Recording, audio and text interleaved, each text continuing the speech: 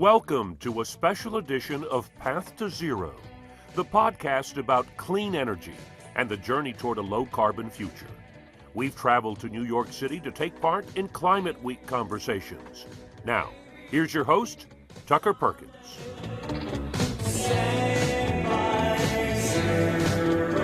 In this episode from the Taconomy Climate Event in New York, we'll be focusing on the intersection of sustainability and supply chain innovation with Tracy, Chief Sustainability Officer at Colgate-Palmolive.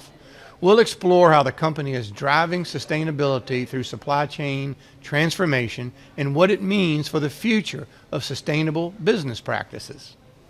Ann is also the newly appointed board chair of the United Nations Global Compact Network. Ann, welcome to Path to Zero. Welcome to New York for Climate Week. Thank you. For the Worth Taconomy. Saw you on stage. Great job. So now, welcome to Path to Zero. Thank you. Looking forward to this talk. I'm pleased to be here. The Chief Sustainability Officer for a really well-known consumer brand. And by the way, I was surprised to realize just how big the Colgate-Palmolive brand runs. Brand's been around for 200 years, right? Over 200. 200 We're years. the oldest consumer goods company in the U.S. So what does a typical day look like for you as you think about navigating sustainability for a brand like Colgate-Palmolive? So a typical day. Well, one of the things I love, so real briefly about myself, I've been at Colgate a very long time. I grew up in the supply chain in manufacturing, customer service, and logistics. When climate early on wasn't a thing. Right. I mean, Right. Yeah. I've been Never with thought Colgate about it. No, Never thought not so much. But, actually, I will say this. Colgate we've had an environmental program that's matured over the years. We have been measuring reduction in greenhouse gas emissions, utilities, waste to landfill, water since 2002. So we have baseline data since 2002. So we have had an evolving program, but you're right. Was that generally for the climate or was it for your economic betterment? Both. Yeah. I So it had a climate. But you're right, 20 years ago it wasn't, Yeah. there were a lot of climate change deniers, I think Right. it's fair to say. We've come a long and way I since think then. that there's a lot less deniers today because we see it every day in the news, the floods, the extreme weather and things like that, not to mention the heat. So I think there's less deniers today, which is great, and there's more funding like the IRA, there's more regulations coming, so all of that I think is lifting up climate change as a clear issue that has to be addressed, right? And so on a typical day, you're working with your suppliers, your partners. Yeah, so really the partners, so what I was going to say was, what I love about my job now is that it's very external facing and internal partnering. So what I mean by that, my role is all about building partnerships, influencing and negotiating. And since I've been at Colgate so long, I know everybody. So building the partnerships internally is key. We have a sustainability and social impact strategy that cuts across 3 ambition spaces: driving social impact, helping millions of homes, and preserving our environment. And then 11 actions and 50 targets that sit behind that. And I kind of jokingly say I'm the master of none, keeper of all, because I helped shape that strategy. I own the strategy, but I'm not the subject matter experts on any one of those 11 actions. I work with cross-functionally with just about every function in the company to kind of make that work happen. So that's a lot of what I'm doing every day, is meeting with procurement, like I'm speaking about today on stage with Dan. I'm helping procurement to shape the program with our suppliers. We work with the supply chain to reduce our impact in our operations. We work with HR on our social programs, on improving our DE&I program. We work with IT on gathering our data and making sure that it's audit ready. We work with finance now on all of the compliance regulations that are coming, and R&D to design more sustainable products. The list goes on. Global Packaging is a huge partner because of the need to reduce the amount of virgin plastic that we use, make everything recyclable. So my point I'm trying to make is I'm talking to everybody, all functions, and then externally we're partnering as well. And networking, companies can't do this alone. We have to work with lots of stakeholders. whether it's our trade associations, our peers, even our competitors in some case, with NGOs, with consultants in some case, even governments, although Colgate doesn't lobby directly, we do it through trade associations. So lots of partners are required to make this happen. I heard you speak earlier, and your talk was far-ranging, but it finally got down to working with even your rice farmers. Right. I take it most of those are American rice farmers. Is that true? Or your supply chain is certainly global. Right now, yeah. So we purchase rice for our Hills products, our pet nutrition products. Right now, that production is concentrated in the U.S. and Europe. So yes, probably more U.S. and Europe. But working with them. So at some point, you're almost, not you personally, but Colgate-Palmolive is almost at the field level working with your partners. Yeah, and another cool example that I love is, another interesting fact is that we are the United States' biggest purchaser of mint for our toothpaste. Wow. And most of that mint is farmed in the upper Northwest. I've never seen a mint farm. Yeah, well, we go, to your point, we go to the farms. I mean, we physically go to the farms. I mean, this is like the crown jewel of your toothpaste, right? The flavor. So there's a lot of collaboration there. And it happens to be that the upper Northwest is a water-stressed, you might not think this, but where the mint's grown, it is a water-stressed region. So we've done work with the Mint Council and MIT to improve and make more efficient irrigation systems, improve crop yields, so working collaboratively with the mint farmers. So yes, a lot of this requires working directly with the farmers. Interesting.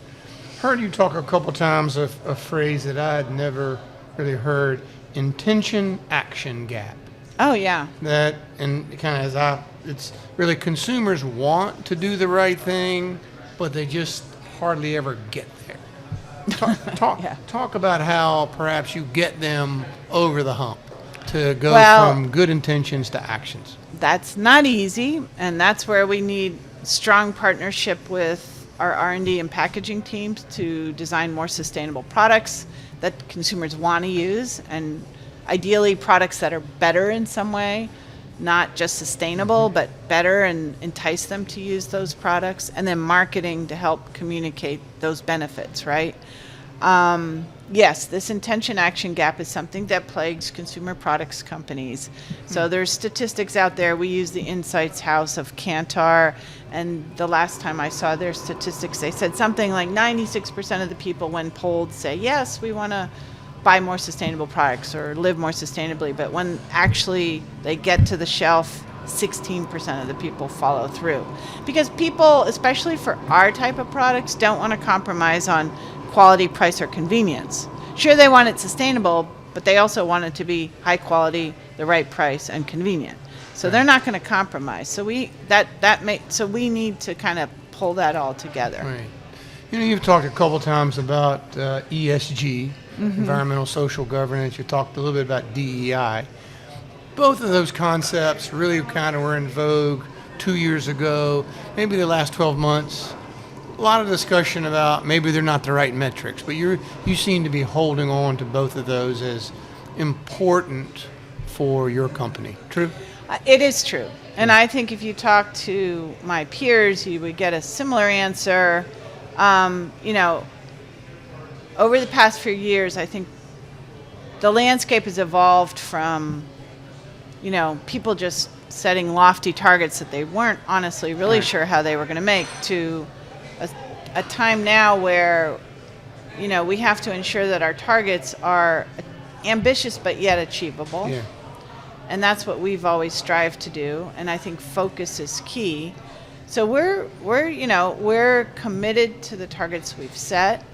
Doesn't mean we're going to hit every one of them on the nose, but we've made good progress across the board. This whole idea of how you talk about it is different. You use the term vogue, but fine. We all believe it's the right thing for the business in the long run. I'm trying to shift the language from certainly away from ESG to sustainability and social impact, and even more importantly, long-term resilience. Yeah. So doing all this work will make us a more resilient company. We talked about the fact that we're 200 years old. Well, we want to be around for another 200 years.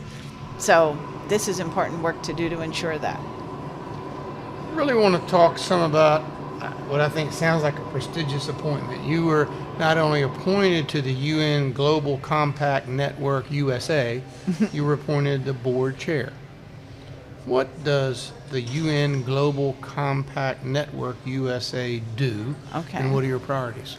So, about 10 years ago or so, the UN put forth what we call Sustainable Development Goals, or the SDGs. That's what's on my pin here. There's 17 of them, and there's a whole framework behind that.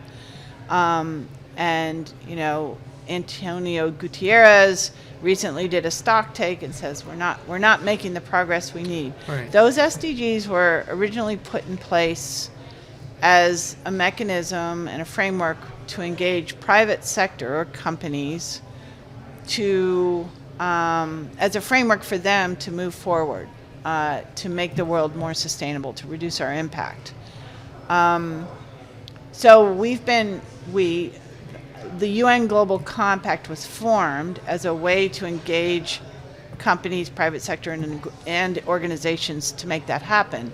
So the network is made up of UNGC groups in many countries around the world. I think we have 62 countries that have a network. The U.S. Each country has their own network. Each country. So there's one in the UK and Canada, Mexico, and so forth. And each of those networks has a board that kind of guides that process, drives engagement to bring companies in. And when a company becomes a member, they're signing up to the 4 principles, which are anchored in certainly environment, but also human rights and human rights, as well as fair labor practices and anti-corruption. And then there's 10 principles that we have to report on every year to say yes, we're still adhering to these. So it's sort of in one way it's a stamp of approval in a way that says yes, we're an ethical company and we believe in these things. But more importantly, the network should be trying to provide the programming and help for the members to better integrate SDGs into their work. Now the network is open to anyone, small, medium, and large companies. In many ways, the programming that we provide is probably most helpful for the smaller companies that don't have the expertise or resources to do this. But we're in the process now as board chair of looking at developing a new value proposition for all companies and how do we better integrate SDGs. We have a new staff at the UNGC Network USA, an amazing, incredibly talented, relatively young team. Can't say enough about them. So we're one of the biggest networks. And, we have some work to do to try to kind of serve our membership better. The last thing I'll say, it's the largest of its kind of sustainability networks or consortiums or whatever word you want to use. There's 26,000 members globally. Oh, wow. Across 62 countries. So, we can do something with that.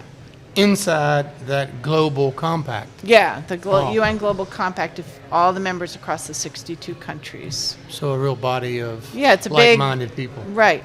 How important is an effective UN to making progress I was on climate? just at an event earlier today where we kind of talked about that. I met Sarah Bloom Raskin, who's done a lot of amazing things in our government, but most recently she was advising the UN on net zero and kind of she put together a report of what are the things that we need to do through the UN to drive progress.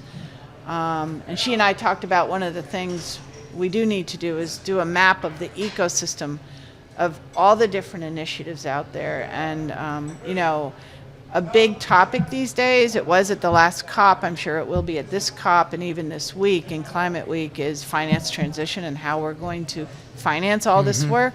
Because private sectors can't pay for it themselves, and the banks have targets. So how do we bring all that? There's a tremendous amount of money out there, but it's not efficiently being channeled into the biggest projects that can make a difference. So I don't know.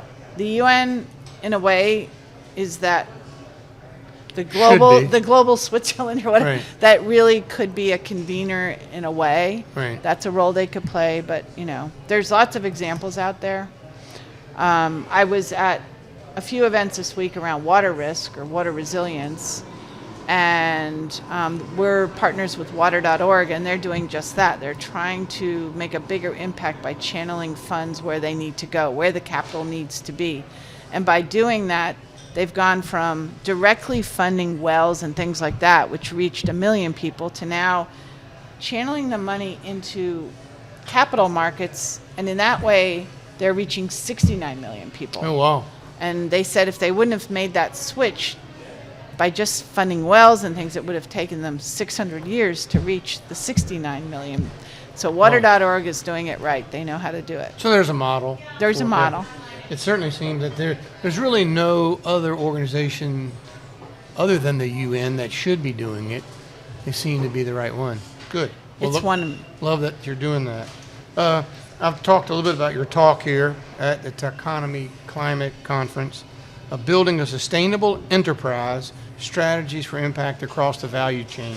I've talked about a few things you talked about, but for our listeners, you want to kind of highlight the key points you were trying to make? Yeah, I think number one is focus. So every industry sector has different areas that are, problematic or opportunities for them. And I think it's important to understand what's material to your company, your industry first, but then your own company. And you have to focus. So in a world of lots of trade-offs, you have to make choices and you have to focus, because that's where you're going to put your efforts, your resources. So one is focus. The second one is partnering, both internally and externally. Partners are key. Finding the right partners. You're not going to make it happen without partners. It was a really good talk. Let's have some fun. Let's give you a magic wand. Let's ask you to do one thing in the next year, only one wish, that you think would improve climate change and sustainability overall. How would you use it? Well, I'm coming back to the finance transition. And certainly the regulations that are upon us from Europe, et cetera, are helping to level the playing field, and disclosure is key. But I think even more importantly, as we look at how is the financing going to happen, I think we need a more standard carbon pricing mechanism, because we don't value, the impact that's coming is a forward-looking thing, and it's hard to put money against something that may happen in the future. Right. But if we start to monetize that risk in a standard way, I think that will really start to help drive some of the necessary financing. Good use. I think every climate scientist agrees on carbon pricing. I think every economist agrees. The problem is how to set that amount, right, and how to keep, I would argue, politicians out of it. I know, but you gave me a magic wand. Yeah, so we can do that. Okay. Do you think we'll ever be in a spot where maybe we have a bona fide carbon number that? It's a hard. If I had a magic wand, maybe, but no, it's a hard question to answer. There's a lot of unknowns, but I'd like to think there's CBAM in Europe. In fact, and there's some talk over here, so yeah. Yeah, Europe's demonstrating you can get close, right? Yeah. You can have something that works, but it's better than nothing. Yeah, interesting. We'll start. And companies are starting to do voluntary, but that's kind of disjointed, because we have to come up with our own price. And if I value it here, but another company does it 10 times, that it needs to be standardized. Totally agree. Yeah. All right, let's try one other thing. We'd love to thank you for your time and expertise. Love to thank you for the, wisdom you shared with our listeners. So normally we plant a tree. I know you live in New Jersey, and you also have a worldwide view. Is there a place that we could plant a tree in your honor, in your name, that you would appreciate? Well, I should choose one of the vast forests where we do jurisdictional landscape transition, but I love nature. I spend as much time as I can outside in New Jersey, and I'm fortunate enough to live in a beautiful rural place in New Jersey. So anywhere in Mendham, if you want to plant a tree, that's my outdoor space. We can find that place. And I think it's really as much to thank you and actually provide you pleasure. So that's good. Thank you very much. Anything else that you want to tell our listeners, maybe where they could learn more about what Colgate-Palmolive is doing for sustainability? So you can certainly go to our public website, colgate-palmolive.com, and sustainability is one of our top clicks. So if you drill down in there, you can find our latest annual report on sustainability and social impact. And we literally published, just in time for Climate Week, our updated climate and net zero transition plan. So that's probably a great resource for what we're doing around climate. And Tracy, Chief Sustainability Officer for Colgate-Palmolive, thanks for being with us in New York. Great talk today, and thanks for being with us on Path to Zero. Thank you. That was fun. Thank you for listening to a special edition of Path to Zero with Tucker Perkins from Climate Week in New York City. If you like what you've heard, subscribe and rate us on your favorite podcast app. You can email us with questions or comments to pathtozero@propane.com.